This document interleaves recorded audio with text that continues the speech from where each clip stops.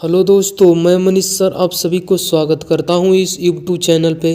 दोस्तों, आज की क्लास में रीजनिंग के टॉप 10 मोस्ट रिपीटेड प्रश्न के बारे में आप सभी को बताएंगे, जो आपके एग्ज़ाम के पॉइंट ऑफ व्यू से काफ़ी ज़्यादा इम्पोर्टेंट हैं।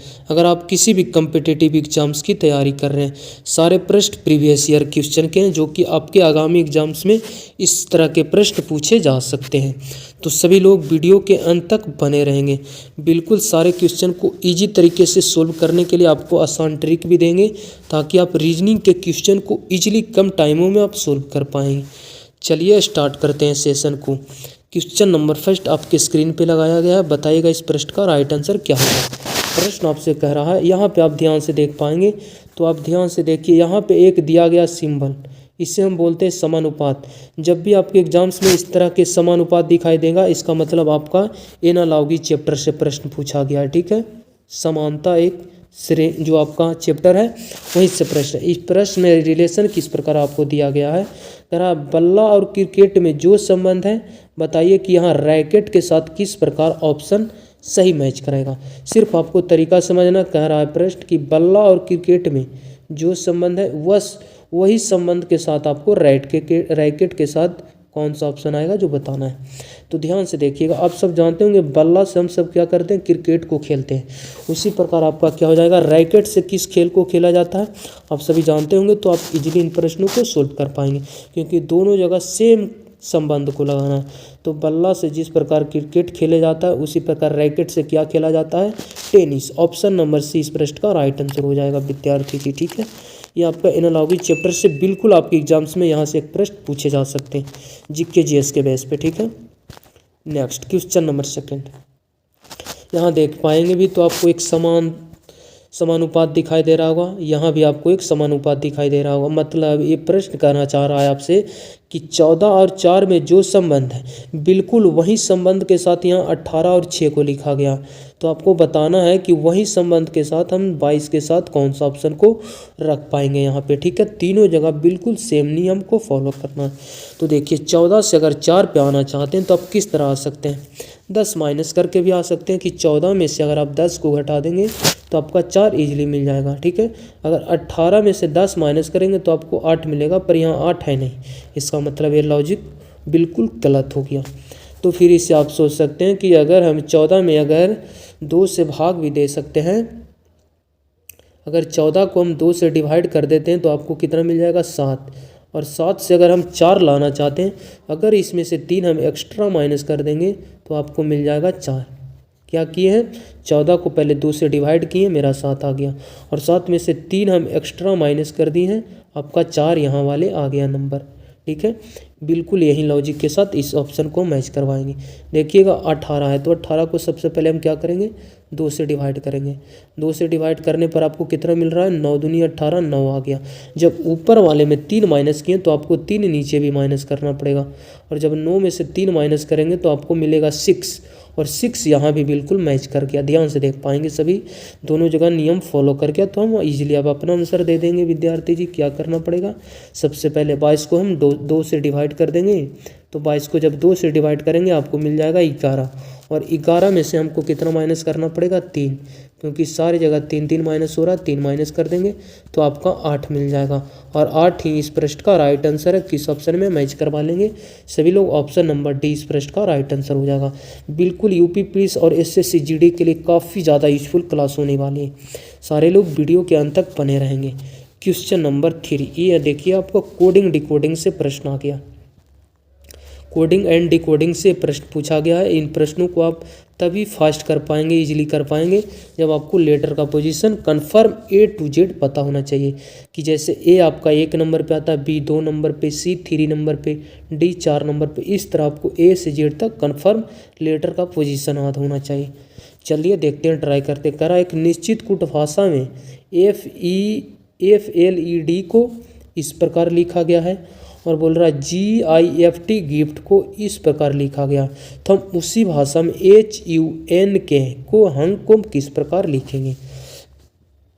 देखिए इस सारे लेटर को लिख देते हैं। सबसे पहले F होता है F, उसके बाद है L, उसके बाद है E, उसके बाद है आपका D। इसको लिखा गया किस प्रकार, 39 21 के फॉर्म में लिखा गया। ठीक है। यहाँ पे FLED को इस प्रकार लिखा गया। तो रिलेशन क्या, F आपका आता है 6 नंबर पे, लिखा 3, इसका मतलब यहाँ पे -3 किया गया है लेटर के साथ, ठीक है। उसके बाद L आपका आता है 12 नंबर पे, 12 को लिखा है 9, देख पाएंगे यहाँ भी लेटर के साथ -3 किया गया है। उसके बाद E आता है आपका 5 नंबर पे, 5 को देखिएगा तो आपको 2 लिखा है, इसका मतलब इस लेटर के साथ भी -3 किया गया है। उसी प्रकार D आपका 4 नंबर पे आता है और 4 को लिखा 1, तो ध्यान से देख पाएंगे लेटर के साथ यहाँ भी -3 किया गया। तो यहाँ रिलेशन क्या, सारे लेटर का पोजीशन में से 3 पीछे करके लिख दिया गया और पोजीशन की लेटर की जगह नंबर लिखा गया, ठीक है। ये मैच करना चाहिए आगे भी। जैसे G आपका 7 नंबर पे आता है तो 7 में से हम 3 माइनस करेंगे तो 4 मिलना चाहिए, 4 यहाँ मिल गया।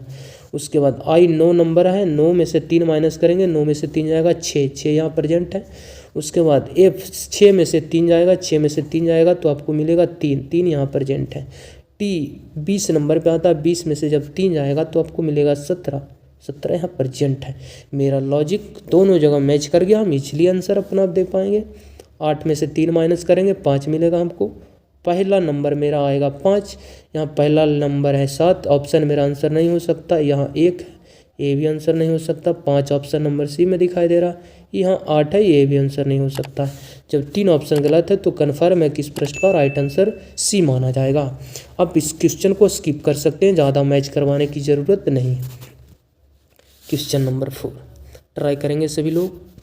इस प्रश्न का राइट आंसर क्या होगा, एक सीरीज चलाया गया है, यहाँ पे कह रहा 120 है, 120 से आपका हो गया 121, 121 से आपका हो गया 128, 128 से हो गया आपका 141, उसके बाद है 160।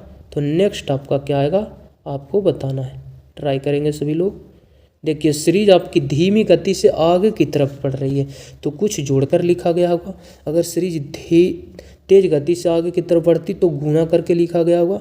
तो सीरीज देखिए 120, 21, 28, 41, 60 धीमी गति से बिल्कुल जा रही है, तो हम जोड़ कर देख लेते हैं। अगर 20 से 21 पे जाना चाहते हैं तो हमें 1 ऐड करना पड़ेगा। उसी प्रकार अगर हम 21 से जाना चाहते हैं 28 पे, 121 से 128 पे, तो हमको 7 ऐड करना पड़ेगा। उसके बाद 128 से 141, 28 में 2 जोड़िए 30, 11 इधर, इसका मतलब 13 ऐड किया गया यहाँ पे।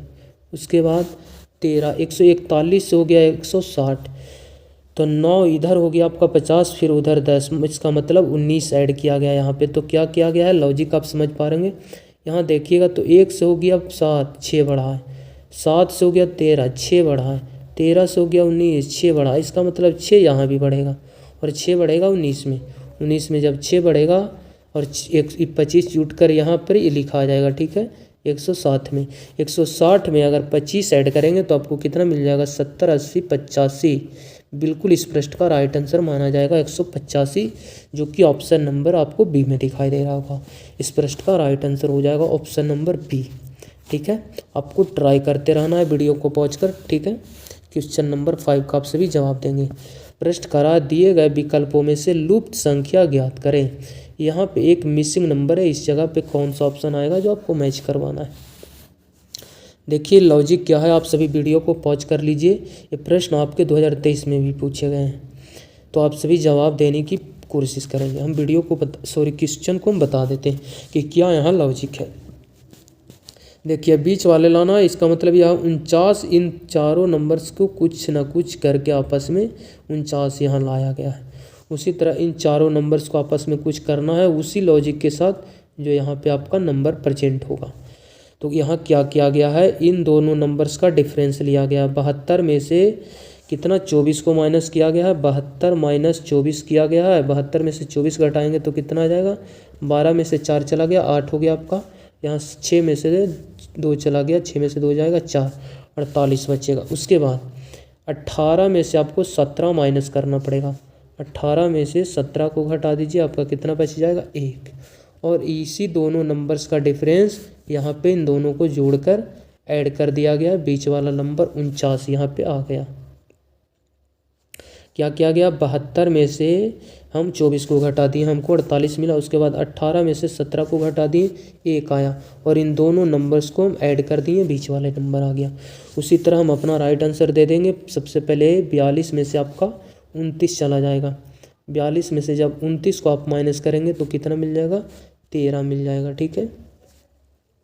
उसके बाद नेक्स्ट है क्या, 36। 36 में से आपको क्या माइनस करना पड़ेगा, 31। 36 में से जब आप 31 को माइनस कर देंगे आपको मिलेगा कितना, 5, और 13 के साथ 5 को ऐड कर दीजिए, बिल्कुल आपका राइट आंसर मिल जाएगा। 13 और 5 18, जो कि ऑप्शन नंबर बी में नज़र आ रहा है। 20 प्रश्न का राइट आंसर हो जाएगा।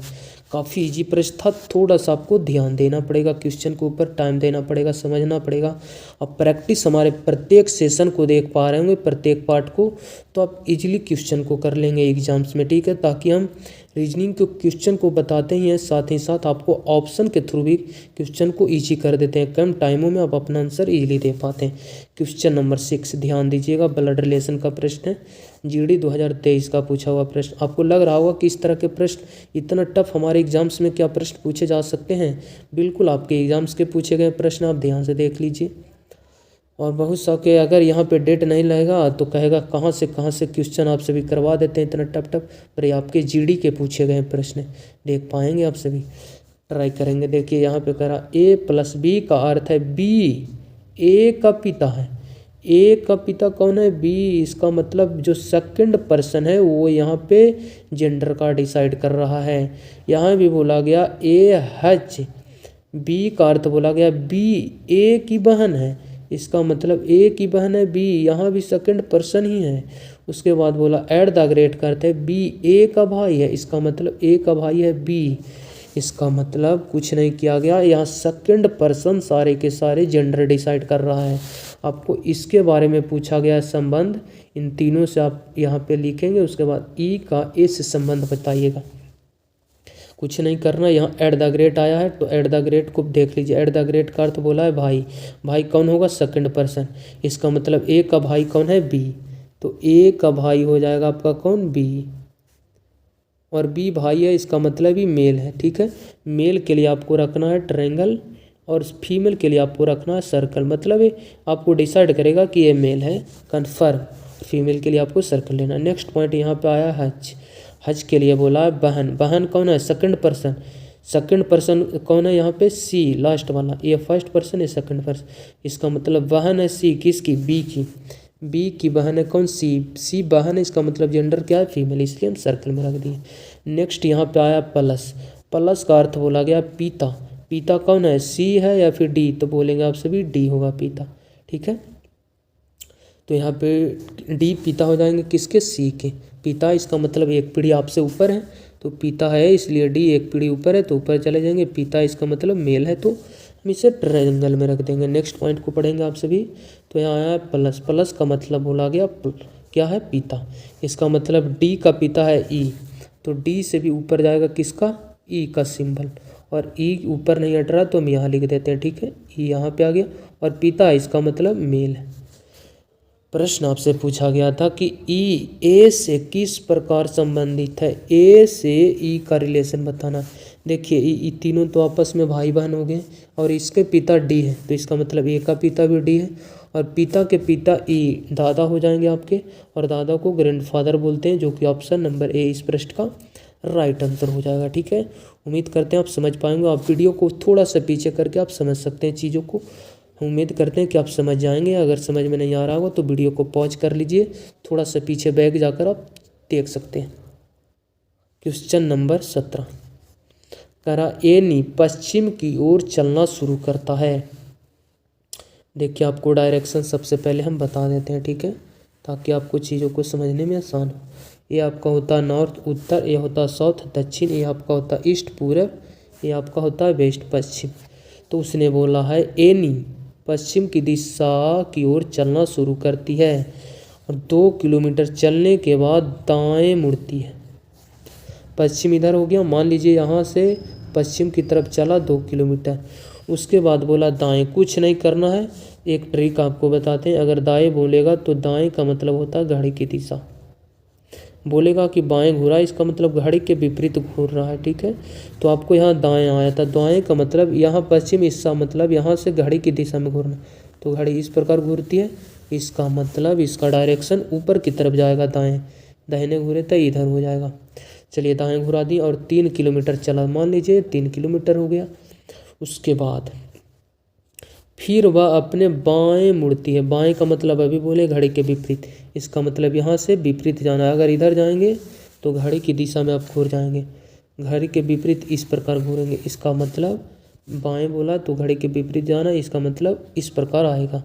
और हमेशा 90 डिग्री आदमी घूरता है। ठीक है, जहाँ 90 डिग्री का कोण बनना चाहिए, यहाँ से दाएं घूरा तो 90 डिग्री का कोण बनाया, यहाँ से बाएं घूरेगा तो 90 डिग्री का कोण बनाएगा। उसके बाद बोला और 4 किलोमीटर चलता, मान लीजिए यहाँ 4 किलोमीटर चल गया।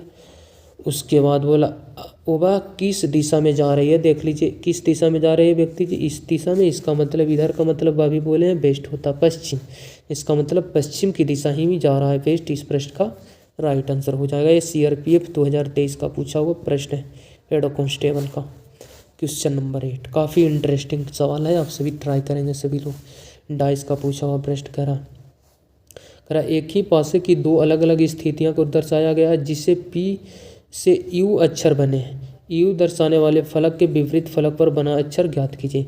इसका मतलब प्रश्न आपसे पूछा गया है, कह रहा है कि U के विपरीत कौन सा आएगा लेटर जो आपको बताना है, अपोजिट बताना है U का। ठीक है, तो सबसे पहले जब भी आपके एग्जाम्स में 2 डाइस दिया जाएगा तो देखना कि कौन से ऐसे 2 लेटर है जो दोनों में मैच कर रहा है। अगर नंबर रहेगा तो नंबर को मैच करवाना, यहाँ लेटर है तो हम लेटर को देखेंगे।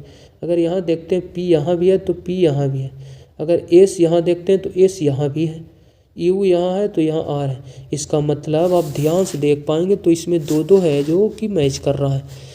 PS दोनों में है तो क्या कर जाएगा, दोनों में मैच कर रहा है, तो हम दोनों में मैच कर रहा है उससे हम साइड कर देंगे। अगर यहाँ पे मैच करवाने की हम बात करेंगे तो यहाँ पे देखिएगा तो P और S दोनों में मैच कर रहा है। ठीक है, ओहो ये क्या बन रहा है, यहाँ से ले लेते हैं चीज़ों को ताकि समझना आसान हो जाए। मान लीजिए PS यहाँ पे हो गया, PS यहाँ पे हो गया, दोनों में मैच कर गया, PS बच गया, दोनों में क्या बच जाएगा, दोनों एक दूसरे के अपोजिट चले जाएंगे। इसका मतलब यहाँ बच गया U, यहाँ बच गया R, इसका मतलब ये दोनों के अपोजिट हो गए। और प्रश्न भी आपसे पूछा गया था कि U के विपरीत कौन जाएगा, यहाँ बच गया U, यहाँ बच गया R, इसका मतलब U का अपोजिट चला जाएगा R। Option number D right answer हो जाएगा। क्या करना है, अगर आपके एग्जाम्स में 2 डाइस दिया जाएगा तो पहले कॉमन सरफेस को ढूंढना है कि कौन से ऐसे दोनों सरफेस है तो दोनों में कॉमन है। यहाँ 2 सरफेस दोनों में कॉमन था, बच गया एक सरफेस जो एक दूसरे के अपोजिट चले जाए। क्वेश्चन नंबर 9 आप सभी जवाब देंगे। करा यमुना नदी नर्मदा के बीच डायग्राम बताना है आप सभी को। काफ़ी इजी प्रश्न, आप उम्मीद करते हैं समझ पाएंगे। देखिए यमुना आपकी नदी होती है, नर्मदा भी आपकी नदी है, दोनों नदी है, इसका मतलब नदी यहाँ भी है, इसका मतलब नदी के अंदर दोनों का डायग्राम बनेगा। तो देखिए इन दोनों फिगर में देखते हैं तो कोई भी ऐसी आकृति नहीं है जो एक आकृति के अंदर दोनों आई हो, ये मेरा आंसर नहीं होगा। यहाँ भी एक आकृति के अंदर 2 आकृति नहीं आई है, ये भी गलत है। यहाँ देखिएगा तो एक आकृति के अंदर 2 आकृति है और एक आकृति के अंदर 2 आकृति यहाँ है। पर नर्मदा और यमुना क्या दोनों में मैच करता है, नहीं, नर्मदा एक अलग नदी है और यमुना अलग नदी है, इसका मतलब दोनों में संपर्क भी नहीं रहना चाहिए। यहाँ देखिएगा तो दोनों को आपस में संपर्क मिला दिया, इसलिए ये भी गलत। अगर ये बाहर वाला आपका नदी हो जाता है रिवर तो ये आपका यमुना मानते हैं तो ये आपका नर्मदा हो जाएगा, इसलिए इस प्रश्न का राइट आंसर हो जाएगा ऑप्शन नंबर ए, बिल्कुल करेक्ट आंसर है। नेक्स्ट क्वेश्चन नंबर 10 आज का लास्ट क्वेश्चन। आप सभी बताएंगे कि टोटल आपका 10 में से कितना स्कोर रहा। अगर वीडियो अच्छा लगता हो तो प्लीज़ इसे शेयर करेंगे दोस्तों के पास और चैनल को सब्सक्राइब कर हमारे साथ जुड़ सकते हैं। इस चैनल पे आपको 8 से 10 के बीच आपको ज़रूर एक वीडियो एवरीडे प्रत्येक दिन आपको मिल जाएगी, पार्ट वाइज सारे प्रीवियस ईयर क्वेश्चन के, हमारे साथ जुड़ सकते हैं। देखिए एक सीरीज चलाया गया, पहले यहाँ पे देखिए, यहाँ से आपको इस प्रकार की आकृति बन गया, फिर यहाँ से इस प्रकार की आकृति बनाई गई है, तो फिर आपको बताना कि कौन सी आकृति यहाँ पे आएगी 4 ऑप्शन आपके सामने दिया गया। रोटेशन के बेस पे इस प्रश्न को आप इजीली सॉल्व कर लेंगे। जैसे देखिए ये तीर का निशान अगर देखते हैं तो राइट की तरफ है, ठीक है, राइट की तरफ मतलब देखिए यहाँ पे राइट की तरफ। उसके बाद सेकंड में देखते हैं तो नीचे की तरफ हो गया, मतलब मान लीजिए अगर इधर है तो नीचे की तरफ होने का मतलब 90 डिग्री आप मान सकते हैं, क्लॉकवाइज घड़ी की दिशा में मूव कर गया 90 डिग्री। उसके बाद इधर की तरफ आया तीसरी आकृति में, इधर की तरफ मतलब इधर, फिर से देखिएगा तो 90 डिग्री क्लॉकवाइज घड़ी की दिशा में घूर गई है। तो इसका मतलब फिर यहाँ से 90 डिग्री घूर कर किधर जाएगी, ऊपर की तरफ क्लॉकवाइज। इसका मतलब मेरा डायरेक्शन ऊपर की तरफ जाना चाहिए, यहाँ ऊपर है, यहाँ ऊपर है, यहाँ पे देखिएगा तो अंदर कैसे आएगा, सारे में साइड के फॉर्म में है देखिएगा तो इसमें देखिए अंदर की तरफ कर दिया, इसके अंदर दोनों को अंदर नहीं जाना चाहिए। यहाँ देखिएगा तो राइट की तरफ है, ऊपर की तरफ है, लेकिन आप ध्यान से देख पाएंगे तो जब ये घूरेगा तो ये बाएं साइड ही रहेगा, क्योंकि ऊपर था। ये देखिए मान लीजिए ये देखिए ई रेखा की बगल में, फिर ये जो रेखा नीचे आया इस रेखा के बगल में, फिर इधर आया इस रेखा के बगल में। इसका मतलब इस बार इस रेखा के बगल में आनी चाहिए, यहाँ पे है, यहाँ ये राइट की कॉर्नर पे आया था, राइट की रेखा पे तरफ, इसलिए गलत हो। उसके बाद यहाँ देखिएगा तो ये एक सटा हुआ, ये तो आया है पर एक कॉर्नर के शेप लेते हुए अंदर गया। देखिए ये तीर के जस्ट सामने है, यहाँ पे अपोजिट, ये तीर नीचे है तो जस्ट उसके अपोजिट सामने ऊपर है, यहाँ पे तीर है तो जस्ट इसके सामने अपोजिट आया। इसका मतलब तीर तो ऊपर जाएगा, जस्ट उसके अपोजिट आएगा यहाँ, इसके अंदर नहीं जाएगा, इसलिए भी गलत। तो ऑप्शन नंबर ए इस प्रश्न का राइट आंसर हो जाएगा। आपका स्कोर कितना रहा? अगर वीडियो अच्छा लगता तो प्लीज़ इसे शेयर करें। मिलते हैं नेक्स्ट वीडियो में, जब तक के लिए बाय, टेक केयर।